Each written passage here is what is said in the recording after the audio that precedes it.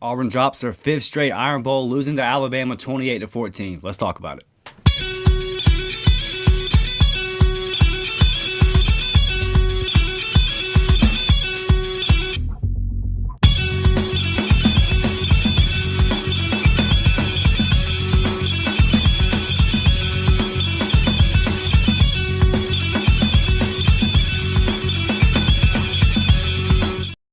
Yes, sir. Good morning, Up Tempo family, Auburn family, man. Hope everybody's having a good weekend. Hope you've enjoyed this holiday week with your family. But Blake, not even going to beat around the bush, buddy. A rough day yesterday for the Auburn family, man. And quite frankly, not the performance in a lot of ways that I expected. I mean, I predicted Mm, 28-7 or 28-27 Auburn victory, hmm and Alabama finished with 28 points, and Auburn could have been in that ballpark, but red zone woes rear their ugly head once again. Some turnovers late. All of a Yep. sudden, these pre-snap penalties on the offensive line went away from the run game, threw the ball over 40 times with Peyton Thorne. If you would have told me that before the game, I'd have said, well, we're definitely in trouble. Um, hmm yeah, man. So I don't even know where to start with all this, Blake. I just haven't beat Georgia since 2017, haven't beat Alabama since 2019, and fall to 5-7. Well, I'm sure we'll talk about that as the week goes on. Just the disappointment of the whole season. But your thoughts on yesterday, man, and just the way it all played out. Absolute gag job. Absolute gag job. You had every opportunity to win this game. I'll be honest with y'all. Alabama played a C minus game, in my opinion. They weren't great. They weren't. Their fans will get in there and they'll tell you, "Oh, we played great." Um, they didn't. Ryan Williams fumbling on their opening possession, dropping a touchdown pass. Like you had Ryan Williams probably have his worst game, and you couldn't capitalize. Instead, you let Jeremy Bernard go off. Um, you had a chance to set the tone right out the gate, and you get in the red zone and you can't get points. You can't make a 39-yard field goal. You had 3 trips into the red zone. You created 3 turnovers in the first half, and you had every opportunity to win this football game, and you couldn't do it. Play calling was dog water. We had the ball on the 2-yard line, and we can't get it in the end zone.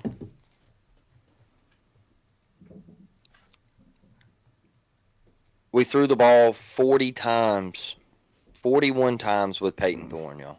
Well, Unreal. yeah, because one of them, well, we let somebody else throw it, but I'll get to that in just a sec. We played right into Alabama's hands, in my opinion. We gave up on the run a little too early, in my opinion. Agreed. And then once you get down 28-6, Alabama come out and they set the tone in the first drive in the second half. And they went on that 6-7 minute drive and they went up 28-6. Kind of hard for Jarquez to run the football at that point. You're down 22 points, y'all. So I saw a lot of people yesterday saying, "Oh, Jarquez, he only got it this amount of times in the second half." Well, you were down 22 with a little over 20 minutes left in the game. So it's kind of hard to sit there and pound Jarquez when you're down 22 points on the road. Right. Um, but my biggest thing is you create the turnover with 10 minutes, 11 minutes left in the fourth quarter. You have all the momentum in the world. All the momentum is on your side. KLS just had a big reception, breaks contact, gets out into the open field, gets you down around, the 30, 35, and you run a damn trick play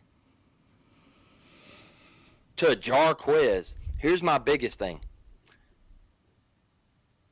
You run that trick play, And when the hell has a trick play worked for us all year long? We're 0 for 30 on them, y'all.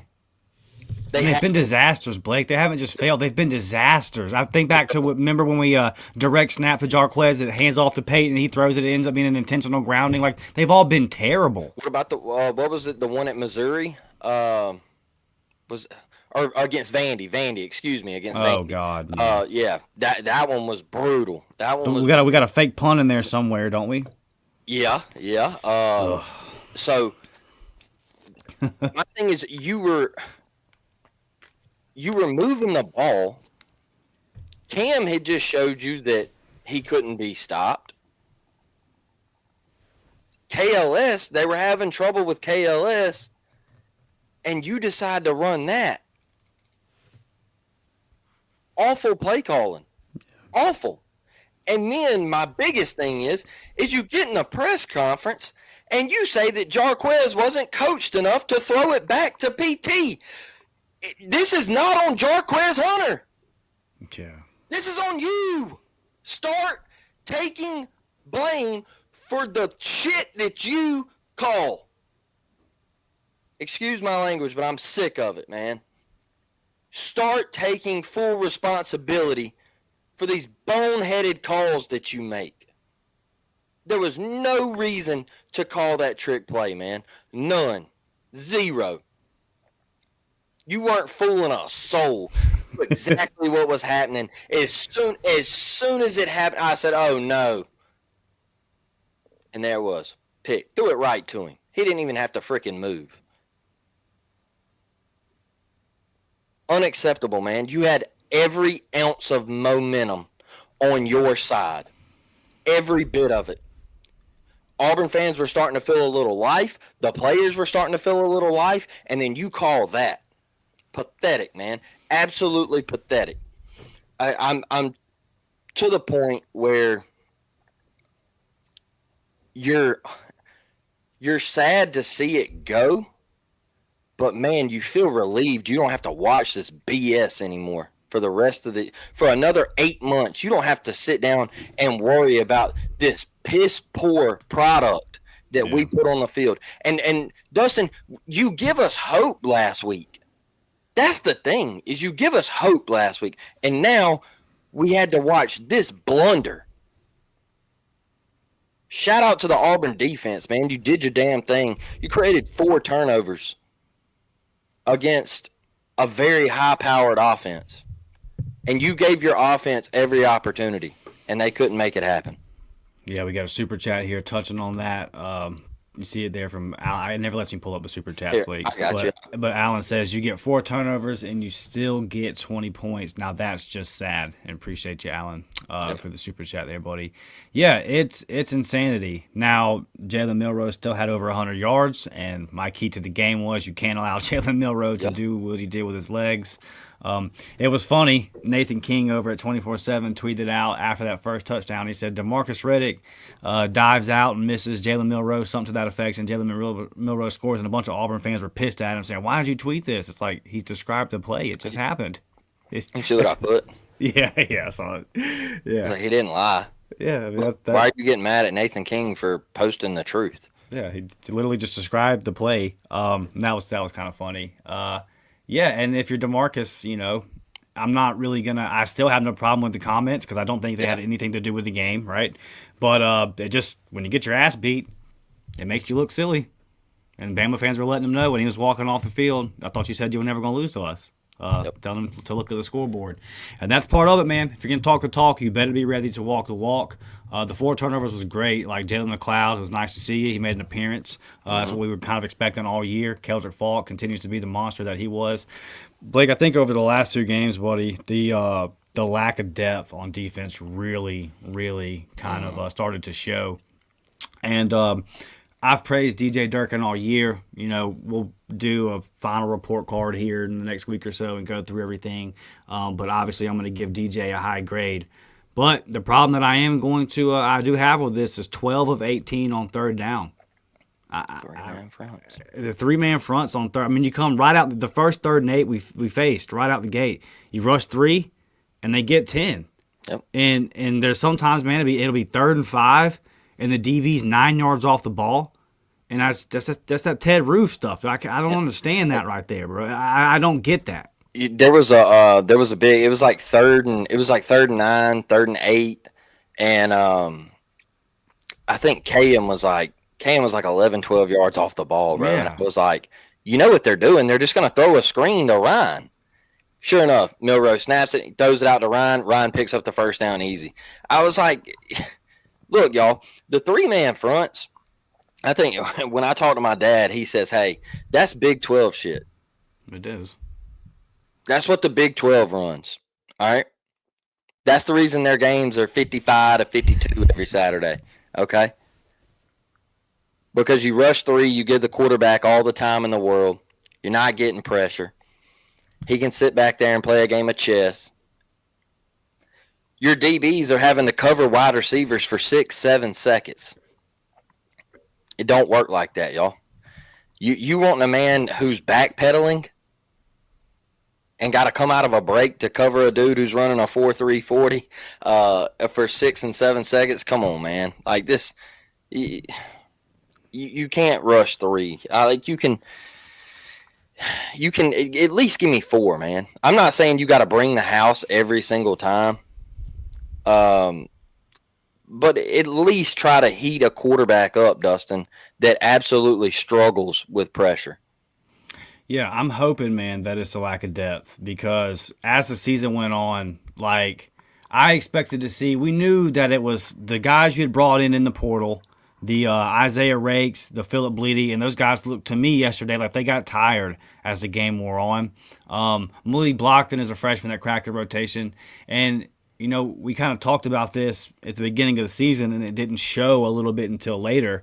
But some of those freshmen, and even some of the redshirt freshmen, a guy like DJ Reed, like I thought he was going to crack the rotation, and you don't see him at all. Trill Carter, remember him? Trill Carter was on the team. Never saw him. So the kid that came from Kansas, was it Gage Keys? His name? Keys. Yeah. Never saw him. So there's a lot of these guys, and I think there's a reason you didn't see him is because they probably weren't. You probably couldn't be put out there.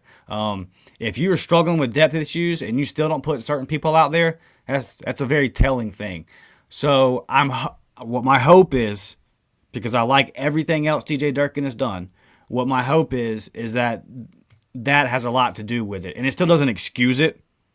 It still doesn't excuse you never bring in the pressure and always with the 3-man fronts. But I'm hoping that they literally just didn't have enough bodies to do some of the stuff they wanted to do on defensive line. And then if you are some of those guys, TJ Lindsey, DJ Reed, those young cats that are down there, you got to make a big jump this offseason. We need you. Mm-hmm. We need you. And then the Antonio Colemans and the Crawfords that are coming on this freshman class, one of them has to be like Malik Blockton this year. Yep. Y'all got to crack the rotation. We need bodies, and once again, we're going to be fishing in the portal for some defensive tackles, and I hate that. But it's just it takes time to build up the trenches. It just takes up time. And we lost in the line of scrimmage yesterday. We had our moments. But the reason you haven't beat Georgia since 2017 and you haven't beat Alabama since 2019 is pretty simple. We can diagnose quarterback ad nauseum, and I'm not here to say that Peyton Thorne wasn't a problem. But we have lost these games to these two teams at the line of scrimmage consistently over the last 5 years. And that's because you've lost in the living room over the last 5 or 6 years. You got to get the dudes. Now, here's the problem with it. And this is where, and I'm just going to say what I texted you yesterday, Blake. I don't care. It's time to make a move at offensive line coach. And here's why I'm going to say that. Last year, the offensive line class that was brought in was the players were good. DeAndre Carter, really excited for his future, but it was thin.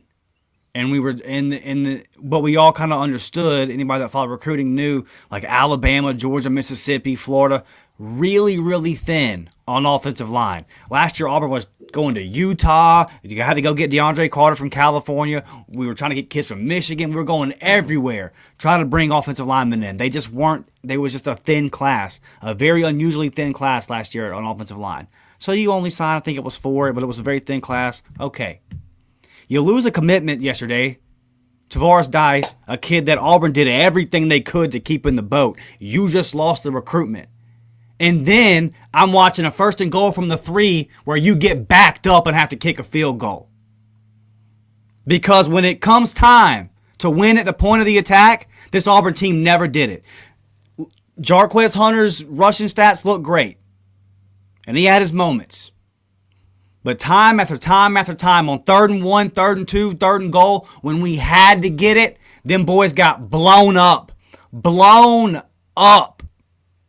And Rivaldo Fairweather, you can catch a football, but my God, the blocking, I've never. Luke Deal's a blocking tight end that can't block. Not gonna miss him. I know people don't like that. I don't care. You don't make plays. You're blocking tight end that don't block, and you don't catch the ball. Yep. So go be a good dude somewhere else. But you're not helping the football team. So there's. Then your other tight ends getting a dead ball personal foul on special teams. I see you, Micah. You ain't played a freaking snap all year, and that's what you do. Just ridiculous, man. Some of it's just clownish to me. And for me, my big thing on my Jake Thornton point, though, Blake, the reason I say that is because everyone's talking about there's got to be some changes. There's got to be some changes on the offensive staff. I'm telling you, Jake Thornton's got to be one of them because the recruiting at the offensive line is not what it needs to be. I don't know. Auburn's got 4 offensive linemen committed. I don't know. Signing day's Wednesday. I don't see who the 5th one could be.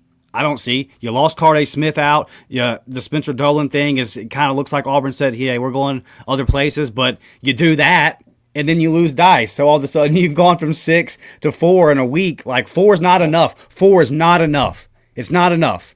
You got to sign more than 4 offensive linemen in the high school class, and I don't want to go fishing for offensive linemen in the portal. I don't want to do it.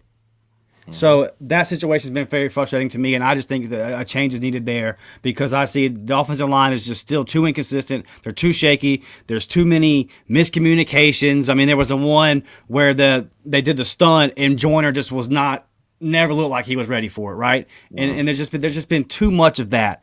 And there's been games where I feel like the offensive line has done pretty well run blocking, and or Jarquez has just made them look better than they actually are. Yeah. And it's kind of taken away from how bad they've been pass blocking. Mm-hmm. The pass protection for 2 years has been terrible. I'm talking terrible. So I think a change is definitely needed at the offensive line position. And you lost this game yesterday, Blake, because you lost at the LOS. That's what happened. I saw Chad Slade. He tweeted out, "We need some damn dogs on that offensive line yesterday." Something, man. And he pointed out, he saw where one of the guys was going to get up off the ground, and they were pushing on Jarquez's helmet to get up off the ground. And he was like, "I've never in my life seen that." And he was like, "I don't get it." And he was like, "You're supposed to be helping this dude up, and you're pushing his head, And I was reading it, and I was like, "Oh, And he was like, "We just need some dogs." He was like, "There's not the mentality there that you want to see on the Auburn offensive line." I think you got to make a change at special teams coordinator. I know some people might laugh at that, but look, it's the 3rd phase of the game, and it's one of the most important phases of the game because you had the opportunity to set the tone in Tuscaloosa, Alabama yesterday, and you failed on a 39-yard kick. Hey, look, it could have been a completely different outcome if you walk in there, you put up 3 on the opening possession. You put up 3, and Alabama would have been like, "Man, you quiet the stadium a little bit." They're like, "Damn, Auburn just drove down here. They got 3 out of it. They got the lead, and you couldn't do it." It also goes to not only kicking field goals, it goes to the fall off of Oscar Chapman. Jesus, dude. It goes to us returning kicks, and almost every single time we bring one out of the end zone, we either have a block in the back, a hold, or something catastrophic happens. It's just we can't get it right, man. And I think there needs to be a change. You got to get somebody who can bring it in here and coach it up and do it the right way so Auburn can execute, because I can't tell you how many times we have made mistake after mistake after mistake on special teams. And again, I tell you how many times like field goal kicking has put us in terrible situations this year. Like We probably have another. We're probably 6-6, 7-5 if Alex Oh, McPherson is healthy and easy. we can go. I don't know how you have somebody. You don't have somebody ready. It kind of baffles me that Towns. He's not that bad, y'all. Like, what's going on here? Is it coaching? Is what's the deal here? Because the kid's not as bad as what he showed this year. He finished 5 of 12. He finished 5 of 12. This kid was kicking 60 yarders in high school, making it look easy. The clips were going across America on the internet, y'all. Come on, something is going on. I think we need to make a change. And your comment about the offensive line, real quick, Dustin, is I thought the way Auburn was going to win this game was to pound the football. I watched the Oklahoma game with Alabama, and I said, okay, Oklahoma dominated the line of scrimmage. I haven't seen Alabama get dominated like that in a long time. I think Auburn can have some success on the ground. And I thought early Peyton did a great job using his legs. Like Peyton made a couple reads, and he went around right in on that one where he had like a 10, 11, 12-yard gain. And then, you got beat at the point of attack, man. Like your offensive line throughout 4 quarters got spanked. And everybody is, well, Jarquez only had this amount of carries. Y'all, Jarquez only had that amount of carries because you were getting your ass whooped at the point of attack. You were down 28-6 in the second half. You can't run the ball at that point. Like, you got to throw the football. You were getting beat at the line of scrimmage. Jarquez, I mean, he was getting 2 yards a carry. I think C5 said that his last 9 carries, he had 9 yards. Yeah, his first 7, he was hot. And, I mean, even that first run really should have been a 3-yard run, and he turned it into something a lot better. But, yeah, overall, man, we were losing that battle more times than we were winning it. And the thing, too, is I've told y'all this, and we actually did an episode on this, Dustin, now that I think of it, is, in the summer we were talking about can Hugh Freeze run the football, because he kept telling us, hey, like, we're going to be a run-first team. Like, this is Auburn. We're going to lean on the run. If you go back and look throughout his career, he's never leaned on the run, ever. And he didn't do it this year. He even said in the post-game presser, man, it was really hard for me not to throw the football against Kentucky. Yeah, that was ridiculous. Like, I was really itching to throw the football. It's not in his DNA to run the football. And Auburn's DNA is to run the football. It's a bad. And that's where I'm having a hard time. Is you're telling me after a guy almost runs for 300 yards that you had a difficult time not throwing the football. Like, it was eating at you not to throw the football. So the 13 carries, I mean, is justified to me because it's just who you are at this point. And you've showed us numerous times that one week you will give the man 23 carries, and then the next week you'll give him 13. It was the same outcome from Kentucky to Vandy as it was from Texas A&M to Alabama. It was this. It looked identical to those game plans. Identical. And you gagged yesterday. I don't care how you want to say it, man. I think, like I said earlier, I think you got the best possible outcome from Alabama, the best product they could have put on the field for you to win the football game. Like I told you, I thought they played a C-, C+ game maybe. All right. Jalen Milroe was turning the ball over. That's how you beat Alabama. I mean, what else could you ask for? 4 turnovers? If you told me, Dustin, that Alabama turned the ball over 4 times, Ryan Williams drops a touchdown pass and has a fumble, I say, dude, we win the game. We win. And you gagged. It's a gag job. And guess what? Guess what? You're 0-2 against Alabama now. You're 0-2 against Alabama. Guess what? You lose next year in Jordan-Hare, your ass is out of here, brother. Better beat one of them, Blake. You got Georgia and Bama coming in next year. You better beat one of them. I can tell you Yep. that right now. 'Cause listen. I know this is Iron Bowl reaction. And I agree with you. It's bigger than Bama or bigger than Georgia. No, but I'm sick of losing to Georgia too. No, facts.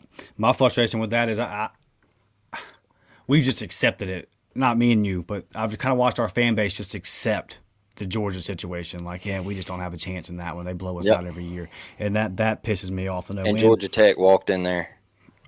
And the ref said, "Hey, how you doing?" Yep. Let's get over here and get to some of these. Well, real quick, I did want to make some points here. Blake, about these red zone woes, you can't make it make sense to me, and I'm going to tell you why. Because Cam Coleman is a threat. What he finished with 8, 9 touchdowns this year.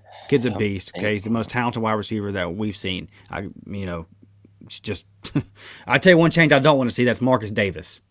Yeah. I want Marcus Davis to stay on the staff because KLS, who fell 18, 19 yards short of 1,000. Like, are you freaking kidding me, bro? Yeah. But what a season he had, the best one we've seen. I can remember. I mean, I know Darvin went off and had a similar type season back in the day and won more games that year. But what KLS did this year, man, unbelievable. Big shout out to him. Perry Thompson tweeting out last night, this guy took me under my wing, showed me everything, really appreciative of it. And there's a lot of people worried about Perry leaving. I think that tweet and some of the other things that Perry just said over last week or so should kind of calm your nerves on that. But the red zone woes don't make sense to me, guys, because you've got KLS, you've got Cam Coleman, you've got Jarquez Hunter, you've got a speedster in Jeremiah Cobb, you've got Rivaldo Fairweather at tight end, and you have a quarterback who can make things happen with his legs. Yep. Is he what Deuce Knight is coming in? No.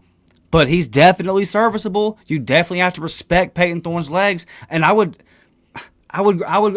grade Peyton Thorne as an above average runner. Like, he's not just average. He's above average. He's kind of good at it. Yeah, Not he can move a little bit. But he can do some stuff with it. So why can you not score in the red zone with all those options? It doesn't make sense to me. Mm-hmm. And then I'm watching yesterday, and on one of the plays, Rivaldo runs right past 3 guys. I think he's supposed to be blocking them. I see. What the hell, man? Who was it? Who was it that just commented that? And I agree 100%. J-Dub, the hurry up force. Look, I think Auburn tried to go a little too fast at times yesterday. A little too fast at certain points in the game yesterday. And I don't think you were fully ready for the moments when you were trying to NASCAR. All right, that's what we used to call it. So, yeah. I think there was some miscommunication. There was some guys, crowd noise, all that good stuff, and you were trying to go so fast that you shot yourself in the foot. And it stings, man, because look, I'll tell you this. I think what stings the most is they're probably now going to get into the college football playoff. And you had every single opportunity to not let that happen. Because they're going to tell you that they beat the ever-living piss out of us, and they're going to tell you that they absolutely dominated. Y'all, they turned the ball over 4 times. And we had every single opportunity to make this a football game, and we couldn't do it. Because we throw a double pass to Jarquez with all the momentum in the world. What is it with our head coaches wanting running backs to throw the ball on crucial downs and Bryant Denny? Gus, I don't remember the exact scenario. I remember it being a crucial 4th down goal line situation, or maybe a 3rd and goal, but we had to have it. And we busted out the Wildcocks, and he threw a pick. It was in Bryant Denny. Maybe some of y'all in the chat remember the exact situation there. But that's what I thought back to last night. I was like, bro, what is the obsession with having running backs throw balls in this stadium? Stop. It's not. You're not gonna beat Alabama. Listen, 2009 Iron Bowl. Auburn connected on every single trick play we ran that day and still lost the damn game. Okay, It's not how you beat Alabama. It's not. The not how you beat anybody. the gimmicky stuff don't work against Alabama. It don't. Um,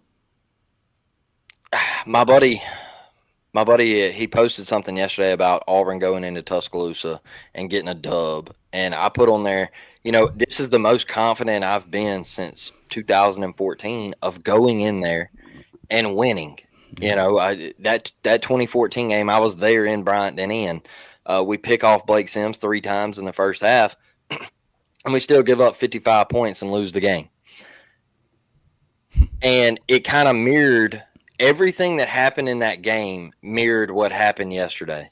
Because if you remember in the 2014 game, we take the bomb to Sammy Coates. We get down to the 2-yard line right before the half. We're winning, and we can't score a touchdown. We have to settle for 3. And at that point right there, I knew, I was like, bro, if we're having to kick field goals, we're not going to win this game. We're just not. Like, they're going to get heated up in the second half, and they're going to beat the piss out of us. What happened yesterday? We get the ball inside the red zone. We can't score. We're having to settle for field goals. You had 3 turnovers, 3 trips into the red zone, and got 6 points out of it. Pathetic, man. Pathetic. And you want me to sit here and think that we had a chance and we're so close and all this? Like, come on, man. That's just piss poor, Dustin. It's piss poor. Yeah, you didn't coach Darquez wrong. You called it a stupid play. Yep. Like, period. Well, Darquez, if it's not there, if there's a post-high safety, he's supposed to throw it back to Peyton on the screen. That's a dumb play, too. That's just as stupid. So if the halfback pass down the field doesn't work, then the second option is the halfback throw it back across the field to the quarterback for him to catch it and run a screen pass. You're thinking too hard, man. You're thinking too much. Just stop. Just stop. It's not cute. It's not fun. Like, none of that, bro. It's stupid. And it has not worked for 2 years. Our guy Fire Freeze, it's not working. Yep. The thing is you call them at the worst freaking times, dude. Man. Yeah. The worst times. Okay, look. I could see, Dustin, if we weren't moving the ball and, we weren't driving the field or something and we were getting backed up and we were like, man, we just need something. Like you see these coaches nowadays, they're pulling fake punts on their own 18-yard line. It's like because they feel like they have no hope and they got to try to flip some momentum. I could see if it was like that and it was like a last gasp and we were trying to just pull something out of our rear end, right? You were moving the football. You just had KLS pop off and get you down into Alabama territory, and you're going to run that stupid crap. Like, it's just aggravating, dude. I'm telling you, like, you wonder why people in this fan base are sitting here saying, thank God football's over, Daniel, all right? I mean, that's a perfect comment because people are so ready to watch basketball Wednesday night. They are done with what you have put on the field. They're done with it. And you might get in there in your post-game presser and shake your hat off and do all that. Brother, we don't care. You're 0-2 against Alabama. You're 0-2. And guess what? Baylor, they had a pretty good year this year. They turned crap around. All right. They ended up winning some damn games out there. I think they finished 8-4 yesterday with a big time win over Kansas. Let me tell you something. You go out there, first game of the season next year, and you lose. Hey, we're talking. We're starting to talk, Dustin. It's to that point, brother. You're 0-2 against Alabama. I can't help you anymore. I can't help you anymore. And guess what? You should. At minimum, you should be 1-1 against Alabama. At minimum. And I'm going to mark this. You created 4 turnovers yesterday against them. The boat is starting to carry water, brother. The boat is starting to carry water. And it's got to change, man. And you can keep on with the young stuff and all this stuff, but you've had plenty of opportunities to win football games. And that trick play yesterday, that one will ride with this fan base for quite some time because That was one of the most piss poor play calls I've ever seen in my life. It was terrible, man. It was terrible. P-Pass says it's bizarre all season long. Is like something works, opposing defense on their heels, and then they Yep. abandon it. Yeah, it's crazy. I remember back when we had all the running backs on the field at the same time, and we were doing that out the shotgun and carving them up, and we just quit doing it. Went away from it. So, yeah, P-Pass, it's been a frustrating. It's the most frustrating year. I was thinking about it this morning. Some of y'all might not remember. 2003 was pretty damn frustrating because that team never had any business losing 5 games. Right. But they bounced back the next year and showed you why. But this year, man, this has been the most frustrating season as an Auburn fan in a long time. We've had some. I saw somebody tweet out the other day, at least 4 straight seasons now where Auburn's lost at least 7 games. So we're starting to get used to this. But this one to me was super frustrating because it shouldn't have been. Yep. I can look at last year and I can say I can see how you get to 6-7 with that roster. I can look at the years before and say I get it. You're Eric Keesall's your offensive coordinator. Whatever the hell that dude was the defensive coordinator. Yeah, I can see, and the roster's bad. I can see how you get to this part, this record here. But this year, no. No, I think that our preseason prediction of 7-5, 8-4 is exactly where this team should have landed, Blake. I think we were Yes. right on that. And that's what hurts. Fire Freeze, I see you dropped a super chat. We'll get to it in just a second, man. What hurts the most is last night we had to get on Twitter because we told a fan base that they would go 6-6 and they were mid as hell after they come into Jordan-Hare and won a football game. And guess what? They ended up going 6-6. We had Auburn fans get on Twitter and personally messaged me and said that Cal would go 10-2. And I said, "You're on crack." Okay. Yeah, you don't know what you watched. You are seriously have issues with what you watch. Like you just come on, y'all. Come on. That when people were screaming that, I was sitting here and I was like, what brand of football did you just watch for you to literally think that Cal was going to go 10-2? They're bad, y'all. They're a bad football team. And when Dustin and I said that, their fan base didn't believe it, and our fan base didn't believe it. But we sat here and tried to tell you that they were bad. Arkansas. And consequently, Blake, that meant that Auburn was probably pretty bad if they couldn't beat Cal. That was the point that you had been making. I feel like hey, when Dustin put Cal in his toss column, I told people, if we lose to Cal, prepare for an awful season. No, you're crazy, man. You're crazy. Cal's tough this year. They're tough. And I'm like, no, they're not. They're not. They've never been tough. They've never been tough. They might have been tough 24 years ago with Aaron Rodgers. But it's the same thing with Arkansas. We had people saying, oh, well, that Taylor Green, he's an SEC quarterback. We told y'all. He's not. He's not. They're 6-6 football team. Did they lose yesterday to Missouri? I didn't keep up with it. Who, Arkansas? Yeah, they did. Okay, so 6-6 football team. There you go. All right. How does that feel, man? How does that feel? You get on here and you're, Arkansas is going 8-4. They just beat Auburn. They beat Auburn. Arkansas is going to have a hell of a year. No, they're not. You want to know why? Because they're not good. They're not. You want to go to Oklahoma? The kind of team they had this year? Got dog walked last night. Come on, man. Come on. It's we got to stop. Well, that's one thing we got to stop doing is when somebody walks into Jordan-Hare and they come out with a victory, man. Like Cal, you got to stop saying that Cal's winning 10 games and Arkansas is going 8-4. I could have told you straight off the rip, man, that wasn't happening. Like, Dustin, you want me to pull this Fire Freeze comment up? Yeah. And then we got another $9.99 super chat down there too from Sonina. All right, here we go. RPO blocking. Do you think this is an issue in the run game? You can't aggressively run block because you end up downfield and it ends up being a pass. It's definitely something to look at. Fire Freeze.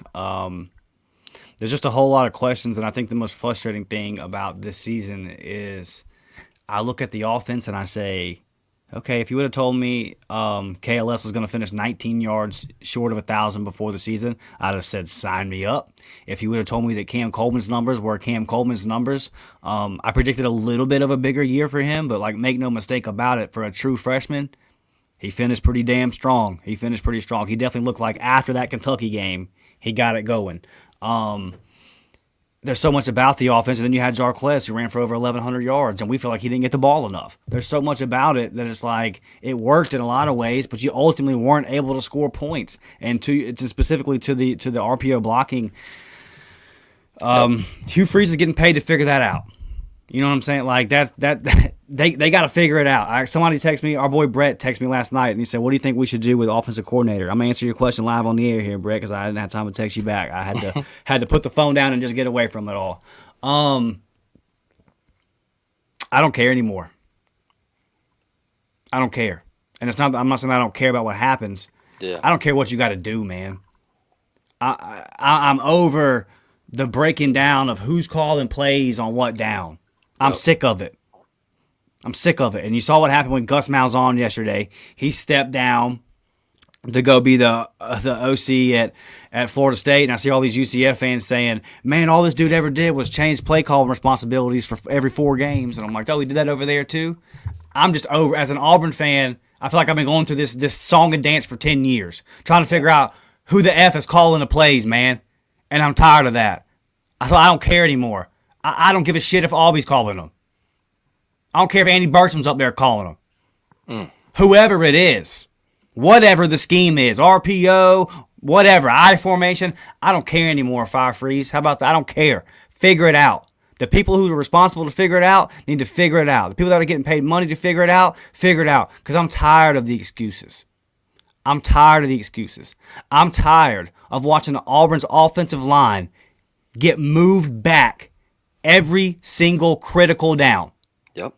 If all you have in the playbook is RPO plays for 3rd and short, then this offseason you need to fix it. Now, I don't believe that's the case, but you need to line up.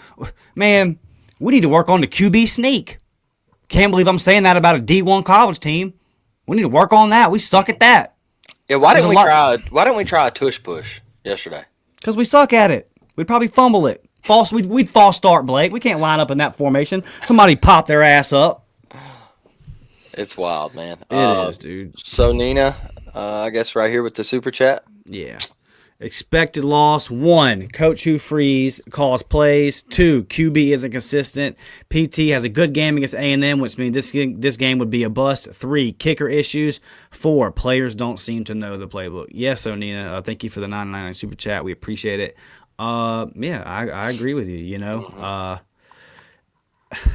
on the Coach Hugh Freeze wants to call plays. Like I just said, I don't know who's calling the plays anymore. I don't know who's calling them. I don't know. Here now I'll go back to this. So Nina, I'll say this. And I remember saying this back about Harsin and Gus. Whoever called the trick play pass with Jarquez Hunter, that's a dumb play call. But I don't care if Derek Nix called that play. I don't care if Ken Austin called that play. Because it went through Hugh Freeze's headset. Facts. And that's it. That's all. You can nix it right there and say, nope, we're moving the football. There's no need to do something like that. And yeah, I mean, PT, that was his last game. Yeah, you're right. Super inconsistent, up and down, all around. Inconsistent in games. I mean, you'd have a quarter and a half where he's playing really well. You would have games where, you know what, Blake, is interesting. Peyton Thorne had games at Auburn where I would look back and go, I don't know if he played bad or good. Yep. Because he'd have 4 or 5 good plays in the game, and he'd have 3 that were just the dumbest thing I've ever seen. And it's like, I don't know what to make of it. But I will be fair to him and say this. Then, you know, it's never any one person's fault because somebody called a good play to get KLS wide open in the end zone and PT missed him. Bad throw. Yeah, that was a terrible pass. I don't know what the hell's going on there, you know. So you can't blame play calling there. I go back to, I think, the Missouri game, Robert Lewis. You get the ball put right on you and you drop it in the end zone. Like, those aren't on the play call. But overall, I would say in Peyton Thorne's 2 years, I don't think he was put in the best position to succeed. I don't know how much better he would be, But like, I'm at least going to stick up for him from the standpoint of saying like, there's blame to go on Peyton Thorne. There is, but not all of it. Not all of it. It's fair. It's fair to spread it around, and everybody's a little responsible for what we've seen this year, Blake. Mm-hmm. I agree. Thank you for the super chat, so then we appreciate you. Nashville Tiger says Cam was a beast. Hashtag he gone. I don't think so, buddy. I don't think so. I think these young guys are locked in. They want to turn Auburn around. And let me look at what he ended up finishing with, because there's not a whole lot of freshmen that are going to end up having these stats this year. What do you have, like 600 yards? Yeah, let's see. I got it pulled up right here. He finishes touchdowns with 37 receptions, 598 yards, 8 touchdowns. Yeah, I mean that's a solid year for a true freshman. So where is he going to go and put up better numbers? Like as a sophomore, you're expecting Auburn to go get a big time portal quarterback. So what is it? Is he going to Texas? Like, where is it? He's not going to Texas A&M because Marcel Reed, I don't think he's it. I don't think he's the guy. What is he going to Oregon? Like, I don't think he transfers, man. I could be dead wrong, but right. I think he had a hell of a year to be a freshman. And the last couple games of the year, he really, really turned it on. It looked like the game slowed down for him. He blocked well yesterday. Yeah, and you know, sometimes it takes guys a minute coming out of high school to get it figured out. And that might have been the case with Cam. It might have been, he might have had a problem with, hey, I'm not getting the ball every play like I was at Central. You know, like he might have had like we saw him kind of blocking and kind of half-assing it, you know. Like sometimes it takes a minute for that, y'all. Like it's just part of growing up in college football. It's not high school anymore where you're just that much better than everybody else. So I don't know where he would go. Georgia? Does he go to Georgia? Like, I don't know. Yeah. We'll see how it all plays out, man. Everything in this day and age in college football is possible. I never would have thought that was it Isaiah Bond who ended up going to Texas. But yeah, you know, them Lambos, man. Yeah. They'll get you. yeah. So I mean, somebody could definitely call Cam up and drop a bag, but I think that you're going to see a lot of. I would look for somebody like a Cam Brown, a Caleb Burton, obviously a name to watch. Yeah. Some of those guys in that wide receiver room who didn't get a lot of run. I think that Hugh, in a lot of ways, we talked about this with KLS. There's a proof of concept there.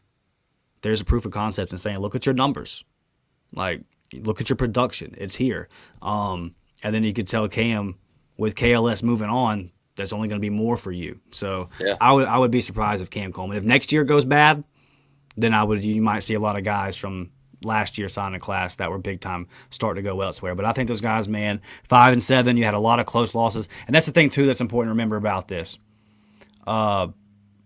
And we're frustrated about it, and we're going to sit here and analyze and break down every part of it, finishing 5-7 and everything. We're going to talk about it for hours, and we'll dissect the hell out of it all summer and everything else. If you're a player on that team, especially a young cat, you're looking at it and you're saying, I'm 5-7. We just missed a bowl game. We're one game off from at least being 500 with 4 or 5 games that we felt like we gave away. Mm-hmm. And I just think that these guys are cut from the cloth of, let's come back next year and build on that. And let's turn that around, because I think if I was them, I would feel like I'm close. Yeah, I would feel like, hey, man, we're right here. We're right here. We just got to keep grinding. And I don't think that Hugh sold any of them on, come to Auburn your freshman year, you're going to have 1,000 yards, 15 touchdowns, and we're going to win the SEC. Like, the message that he sent to them was building blocks. Y'all are building blocks. You're coming to help turn the program around. So I'm not making excuses for the 5-7. It's disappointing. I put majority of it at the feet of Hugh Freeze, but I just don't see a whole lot of guys, especially the guys that got significant playing time like Malcolm, DeMarcus, Malik, Cam. I don't see those guys going anywhere, and even the guys that didn't get the playing time we expected, like Perry Thompson. You're seeing him come out and say a lot of pro Auburn things and about how excited he is for next year. So I don't expect this mass exodus, Blake. No, I don't either. I don't. Like, people were worried about Perry and everything. I just don't think they leave, man. Yeah. Okay, let me pull up this one here. Cool Beans. Fire Free says, PT is gone. We have to hope for a savior from the portal. Sally, the same guy who picked PT, is picking this QB as well. I have my doubts. I think your doubts are justified, and this is the point Ted, I got an argument with a lot of people about a couple of weeks ago, and they were like, "You just can't put this on Hugh at this point. The quarterback's so bad." It's like, well, Peyton Thorne wasn't on the roster. Like he got brought here by somebody, and then a whole nother offseason happened, and he doubled down on that. So, yeah, I hear you, man. I have my skepticisms as well. I just wanted to say, yesterday kind of hurt watching Malik Murphy throw an absolute dime to walk off against Wake Forest. But I mean, I don't know, man. You know, you picked PT. You didn't have many options, and I know Cam Ward and all that stuff. Like, yeah, I get it. You probably don't have some of the guys that you got on campus right now if you go get Cam Ward. So it's just we got to hit this one, man. And everybody's high on the Washington State kid. We'll see how it all plays out. I think there might be some bigger fish hit the portal by the time all this is over. Like, just be patient. Everybody's like, oh, who's going to be the QB? I can tell you one person who ain't going to be the QB, and that's that dang Caden Salter. All right, because don't get on here and tell me that y'all wanted him. Y'all, oh, I never said that. I didn't want him. Yes, you did. All right, I saw it every single day. You were on there. Oh, Caden Salter. He's the guy. He's got the freeze connection. Y'all, it just ain't there for me. And I was talking to Ike about it in a text group, and I just don't think he's the answer for the Auburn Tigers. I think you got to look elsewhere, and just be patient with the quarterback position. Like, some people they're going to, hit the portal, and we're still early, man. It's still December. Like, we gotta be patient. Yeah, hit that like button, man. Subscribe to the channel. We are going to have a lot to talk about. Basketball team rolling. I am excited to put some focus on that now. But there's going to be a whole lot of recruiting. National Signing Day is coming up Wednesday, so I'm sure that the Tuesday Night Live show this week will be kind of looking at all that and how can we finish this out. And I think it's still going to be a top 5 class. I think Auburn finishes strong. Disappointing in the Tavares Dice yesterday, but I'm just going to come out like, I said it, man. It's time to make a change at the O-line coach. You would have to wait till after Wednesday to do that. You got to get the 4 that are here. But that's a whole nother discussion. So a lot of recruiting content coming out, man, for you guys in the next week or two. A lot of stuff coming out for our members. I've got my internet issues fixed, laptop issues fixed. We got some stuff going on behind the scenes here, some technical issues. Those are all fixed, so the member pods will be getting banged out for you guys. Water Cooler Talk podcast says Auburn definitely could lose to Baylor next year unless there is a major program shift between now and February.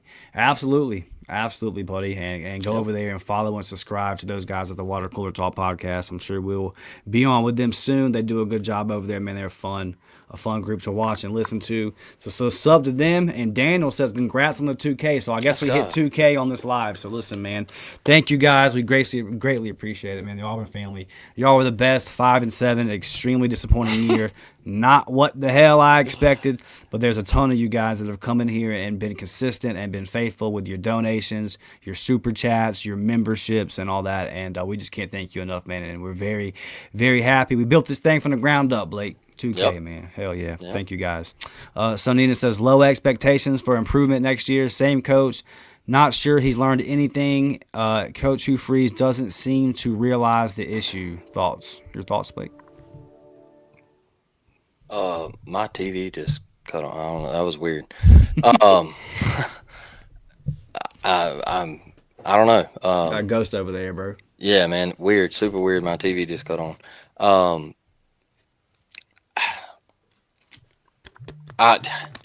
Y'all, I don't know what we got to do. We got to make some changes. Hugh has to get an offensive coordinator that can call a game and let him just coach, man. I feel like we're at that point where I don't want to hear none of this stuff where I got a 3rd and long play caller or Nick's called this drive, I called this drive.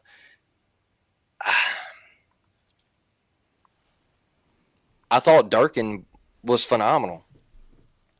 I thought DJ Durkin was phenomenal.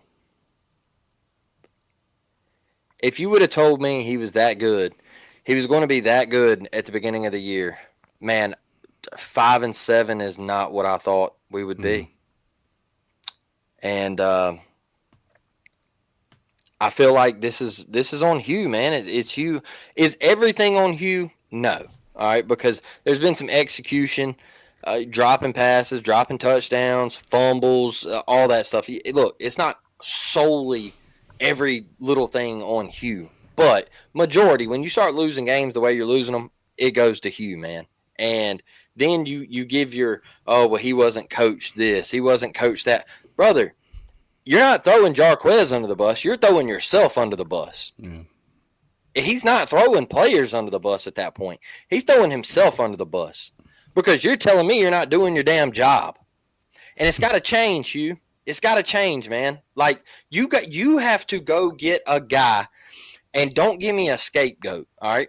Don't give me a guy where, like, kind of how Malzahn. You remember how Malzahn was doing it for those last couple years he was at Auburn? He would go get a yes man, and Rhett would have to take the fall. Kenny Dillingham would have to take the fall. So they're thriving now, by the way. Hey, man, that Kenny's dog walking, folks, bro. So I mean, so is Rhett too. So but go get a guy that you can let run your offense, and you just sit back and be the head coach, man. Tell him, look, when you're in the headset having a conversation, be there for the guy, all right? Offer what you want to do, what he wants to do. Get it done. But you calling plays hasn't worked. Maybe you have lost touch with the game. Maybe you're allowing too many hands in the cookie jar. That could be a thing, because I've never understood the whole we got a third and long play caller, and I've had that my whole career. Brother, that's wild. Yeah. That's wild, because your third and long play call sheet ain't very it ain't very long. All right? Screen pass. Screen or a draw. All right? So I don't know what we're cooking up on third and long for you to have a third and long play caller. But didn't he say it was Kent? Kent likes third and long. Isn't that what he said? Yeah, you like third and long. Brother, there's about 4 plays you run on third and long. All right? How about this? How about you turn around, hand the ball to 27, win on first and second down, and then you don't have to worry about 3rd and 8, 3rd and 9, time after time. How about that part? But I guess I'm just asking for a little much here. You know what's crazy, too, y'all? There was a point yesterday in the first half. Auburn, this is what I talk about.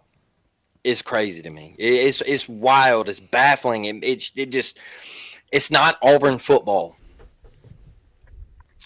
We stop Alabama. They punt it to us. We're on the 10, 13-yard line or whatever. We throw the ball 3 straight times. Throw the ball 3 straight times. We don't get a first down. We have to punt it right back to them, and we give them the ball on the 50. Wild to me that 27 can go 3 straight plays without touching the ball. Absolutely wild to me. I don't get it. I also, Malcolm Simmons, dog, you got to play better. I want to throw that out there. I don't think that's – you got to play better, man. That was hard to watch. You got to be better. We expect more out of you, and you know, it's tough, y'all. It's tough. They're walking around now saying, "Give me a high five" and all this stuff, and put 5 on it, and hey, we're getting laughed at, man. So yeah, we used to be the ones doing that. Mm-hmm. We used to be the ones doing that. Well, listen, man, appreciate everybody with the super chats. Thank you to everybody that subbed today, man. We appreciate you a lot. Sonina says hit that like. Absolutely. Thank you. Yes. So we'll be back Tuesday, early signing day, which is basically National Signing Day now is Wednesday. Yep. So Tuesday will be a heavy recruiting episode. Basketball team plays Wednesday. A lot of stuff coming out for your members. So just again, man, thank you guys on the 2,000 subscribers. Thank you guys for rocking with us all season long. And the news is going to continue to crank out. We're going to get guys in the portal. I'm sure we're going to lose some guys. Like I said, signing day coming up, so there's tons and tons of content coming out for you guys. So if you sign up for these memberships, we got a whole lot coming for you guys as well. My final thoughts, Blake, are here. I actually got a super chat that or a comment pulled up that kind of reads Uppercut says, "No way I dig up Cal receipts right now. They are bad and we are worse case scenario." It wasn't digging up receives Uppercut. Here's the point that's being made, and I want to make this my final thoughts. We were just going through the games that Auburn should have won. First teams that they were better than. Yep. And you just didn't get it done other than the Texas A&M game. And again, I think our 7-5, 8-4 ballpark was where this was the talent level of this roster. That's where this team should have fell. I don't know if this was a 9-3 team. And definitely not 10-2. But this team should have won at least 8 ball games. 7 should have been the floor. And I just think you coached yourself out of it. And if we go back through some of these decisions, I think a big theme of it was we looked less prepared than the other team. Yep. And finishing things, finishing drives on offense, can't do it. So then you have to get out and bring out the special teams. And they can't even finish and do their job and put it through the post.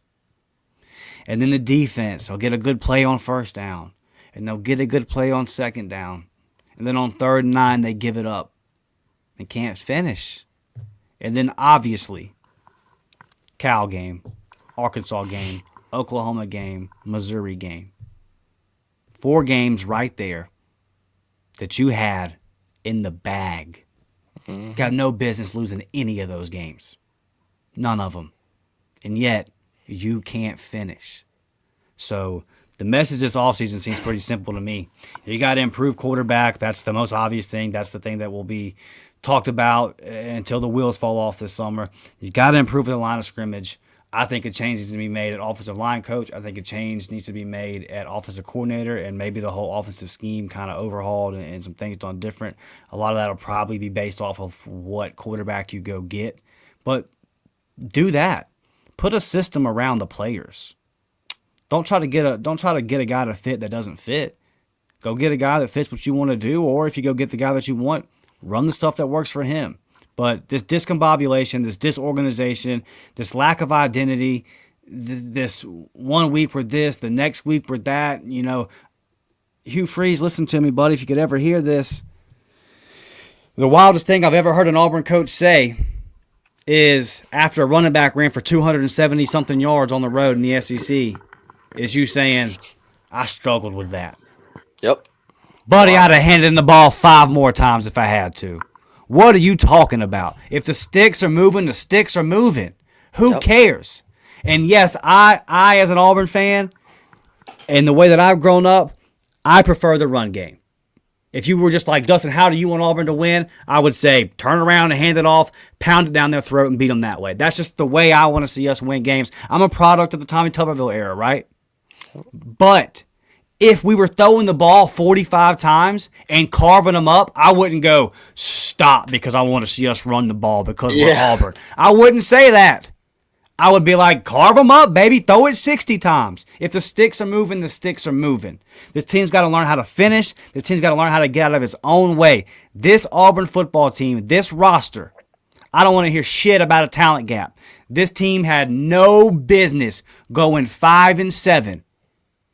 And any SEC head coach that starts off his tenure with 2 losing seasons in a row is starting the 3rd year on the hot seat. And I don't care how many times you read the creed to yourself, that's not going to change. So it's time to get right, Blake. It's time to get right because this is unacceptable and the Auburn family deserves better. And players like Jarquez Hunter deserved better than what he had to go through for 4 years. And I'm tired. I'm tired of saying that. And for another 365, I got to march my ass up to Bruton on Christmas and hear the Gumps. And I got nothing to say because all that matters to me is the scoreboard. I'm not the kind of person that on Twitter is going to go come up with some stupid troll and say, "Ooh, cope."